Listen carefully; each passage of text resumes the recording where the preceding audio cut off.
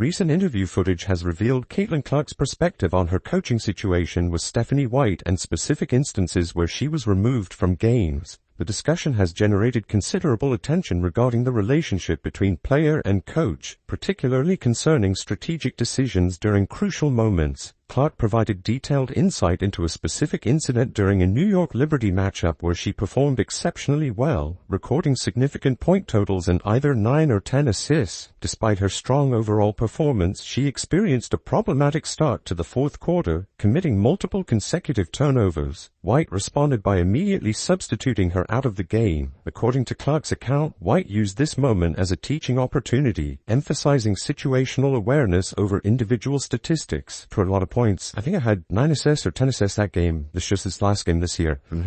I started the fourth quarter off with like 3 turnovers in a row or 2 turnovers in a row, and Steph yanked me, and she was like, this is like a learning moment. Like, you got to be able to yes, maybe it could have been there. Maybe you could have run a little bit better pass. Maybe you could have caught it, but do we need that in this moment? Now.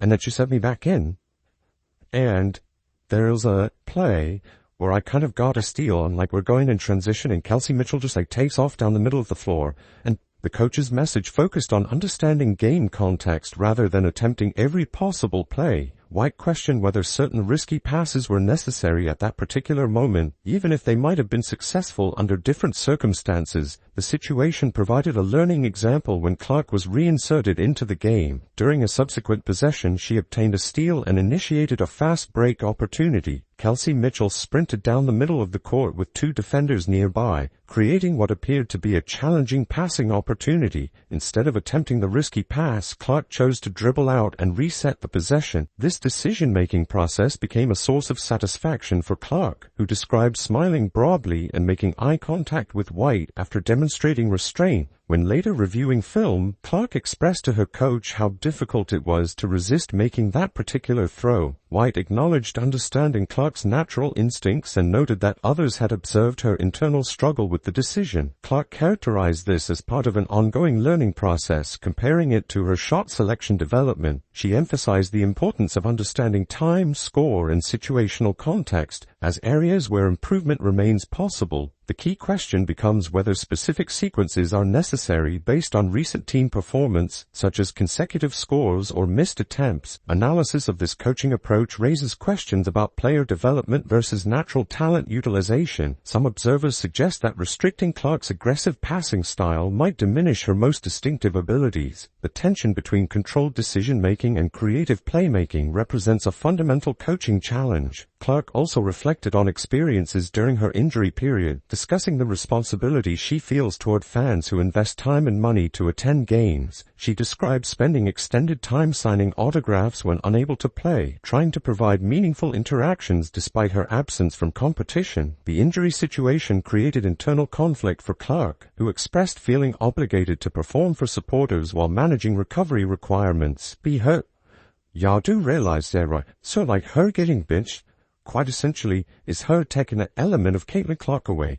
She's trying to take Caitlin away.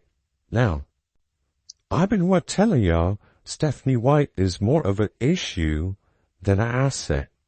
It's like she don't want Caitlin to be Caitlin. It's clear as day. We all have been noticing it. We all have been seeing it. She don't want Caitlin to be Caitlin. It's just clear as day. Now, I don't know how many times people was going to, unlike established superstars who maintain their status regardless of injury periods, she acknowledged concerns about maintaining fan engagement during extended absences. Her mother's perspective provided additional context, suggesting that Clark had consistently prioritized others' needs over her own well-being. The advice to focus on personal recovery represented a shift towards self-care that Clark found challenging to implement. Additional footage revealed Clark's analysis of playoff situations, particularly referencing close contests against Connecticut, where multiple late-game possessions resulted in turnovers instead of scoring opportunities. She described approaching coaching staff with retrospective analysis, suggesting that different execution might have changed series outcomes. These conversations with coaches, including discussions about alternative scenarios where different results might have prevented current coaching arrangements, demonstrated Clark's analytical approach to game situations and her willingness to engage in strategic discussions. What I noticed is, but that is the nature of this whole damn situation. Like, I don't know how many times or signs we need to see, if you whack like a duck, quack like a duck. It's a damn duck, and I'm here to tell you, Stephanie White don't want the best inches for Caitlin. Now, there is more footage from this whole thing that I want to share with you guys that we didn't share yesterday. Let's listen to this. The interview content suggests ongoing tensions between individual expression and team system requirements. Clark's comments about offensive schemes and coaching approaches indicate dissatisfaction with current strategic implementation. References to alternative coaching possibilities, particularly Lisa Bluder, suggest preferences for different philosophical approaches. The timing of these revelations, occurring during Clark's absence from second-half competition due to injury, adds complexity to the situation. Historical parallels to other players returning stronger after similar setbacks provide hope for improved performance upon return. The comprehensive nature of Clark's comments suggests significant underlying issues regarding coaching philosophy, player development, and strategic implementation. The contrast between natural playmaking instincts and controlled decision-making represents a central tension that continues to develop. These insights into coaching decisions, player psychology, and strategic tensions provide unprecedented transparency into professional basketball relationships. The ongoing development of this situation will likely influence future interactions between coaching staff and star players throughout the organization. Recent performances have highlighted the exceptional contributions of certain role players throughout the league, with particular attention drawn to standout defensive and offensive versatility. The discussion centers around players who have elevated their games to star-level recognition through consistent excellence. Kelsey Mitchell deserves recognition for her playmaking abilities and overall court vision during recent contests. Her passing accuracy and decision-making have been notably improved, contributing significantly to team success. Mitchell's consistent production remains a cornerstone for her squad's offensive system. However, one player has emerged as particularly impactful through her two-way contributions. Reese was a star when she was thinking it up. Even at times when AJ Reese was like, say, when she was okay to start a rookie year. Can we be honest? She was fine to start a rookie year. She was still a star. Sophie is now good enough that she is now in that category of she is a star. Oh my God, Ken, thank you so much for $92. You were dreaded this game, and so was I. So was I. But like the way Sophie Cunningham has reached a performance level where her basketball skills combined with her broader recognition merit serious consideration for elevated status within the league hierarchy. This assessment draws comparisons to other players who achieve star recognition through combination of talent and profile. Angel Reese provides a relevant comparison, having maintained star status even during periods of inconsistent early season performance. Similarly, Cunningham has developed her game to warrant similar recognition based purely on basketball merit. The team's recent victory showcased collective improvement, with much of the positive momentum stemming from Cunningham's influence on both ends of the court. The team play today was real nice, and I still think a lot of their good comes from Sophie Cunningham. I think a lot of their good. Look, Kelsey Mitchell is Kelsey Mitchell. Kelsey does Kelsey Mitchell things, and I have to say, like, Kelsey is unbelievable. Can do and can things 100%. That is insane. Thank you so much. Thank you so much, Ken. But like,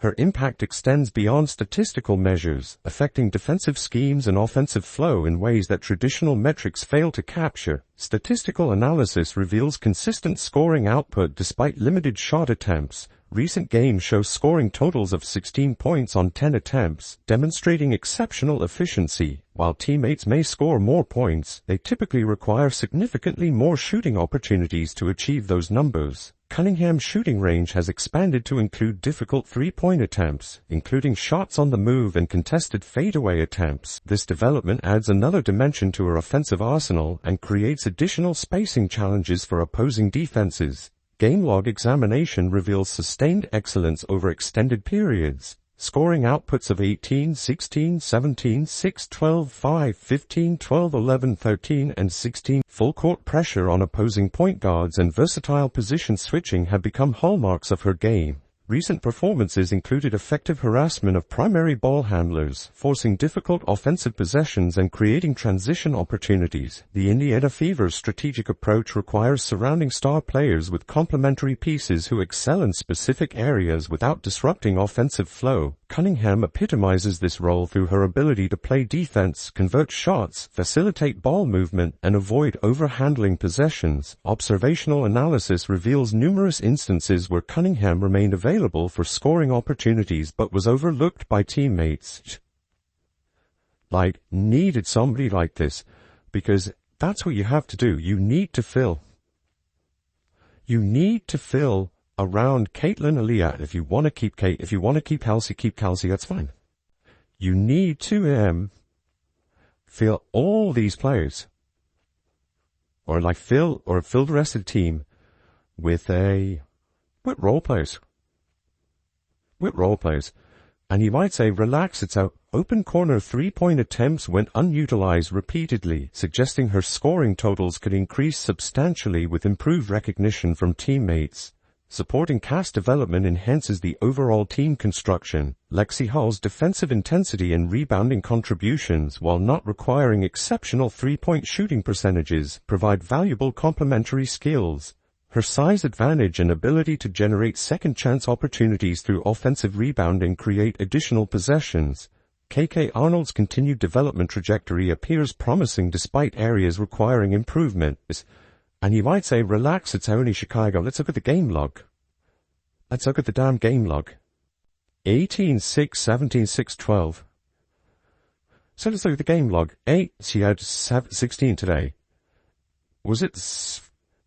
Yeah, she's 16 today. 16, 18, 8, 17, 6, 12, 5, 15, 15, 12, 11, 13, 16. And one of these is a bad shooting game and a 20-point blowout.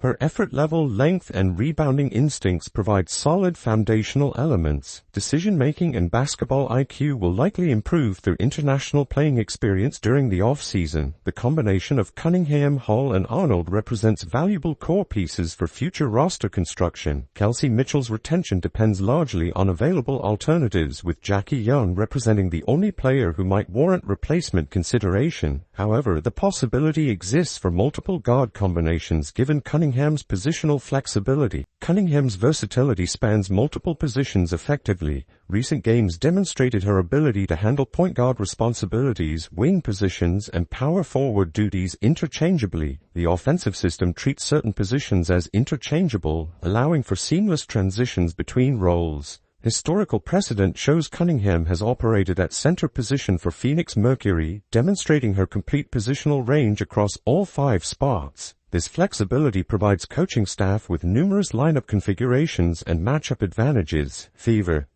Look, the Indiana Fever have to be a team where you surround your top players with players that are going to play defense, hit shots, pass the ball, and not take too much out of the ball. And by the way, if you guys didn't see how many times Sophie Cunningham got looked off, she's wide open in the corner. How many times Sophie Cunningham got looked off? People, you don't understand how many times that Sophie was wide open. League-wide comparison places Cunningham among elite role players. Leo Fibish represents the superior Swiss Army knife player, though Fibish ranks among the league's overall best players, making any comparison favorable. Among 3-and-D specialists, Kayla McBride stands as the primary superior option. Traditional 3-and-D wing positions remain relatively uncommon throughout the league, with perhaps only 3 or 4 players truly fitting this archetype. Cunningham compares favorably against players like Bridget Carlton and healthy Carly Samuelson.